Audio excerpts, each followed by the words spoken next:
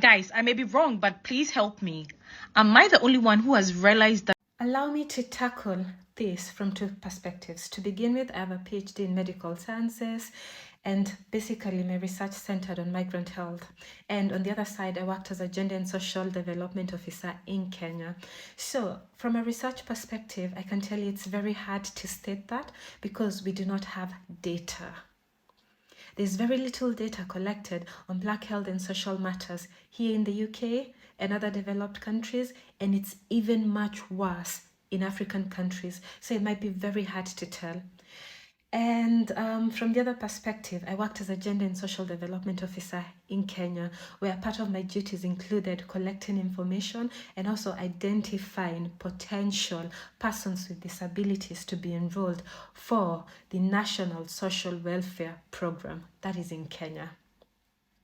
And so what I learned from my experience is that there were a lot of children and individuals or adults with disabilities, but they were hidden.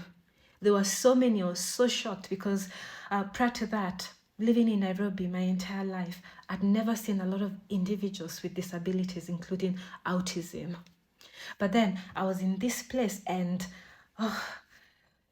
even their parents kept asking me, this is my child, they're disabled. And I'm like, yeah, I can see that. They're severely disabled. And I'm like, yeah. And then, what is it? Can you tell us what disability it is? And I'm like, I don't know.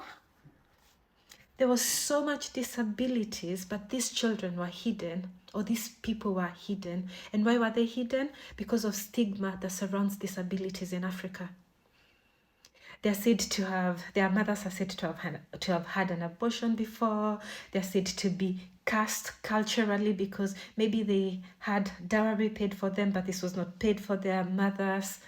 So there were so many assumptions, culture, and stigma that surrounded persons who had disabilities, and so they were kept hidden. The saddest case I came across was this girl around in her 20s who was locked up by her father, who was a pastor. Her father and stepmother, she was locked up. And I went there and I said, hey, I'm a government officer, open the door. And when they opened, she was surrounded by her own poop. There were ants in that house that were feeding on her. And this was a society or a culture or whatever it is that said nothing about this girl. And so, yes, there could be a lot of people who have disabilities or autism in Africa, but we don't know about them because they're probably hidden. And also, we will not know unless we start doing research. That's it. Thank you.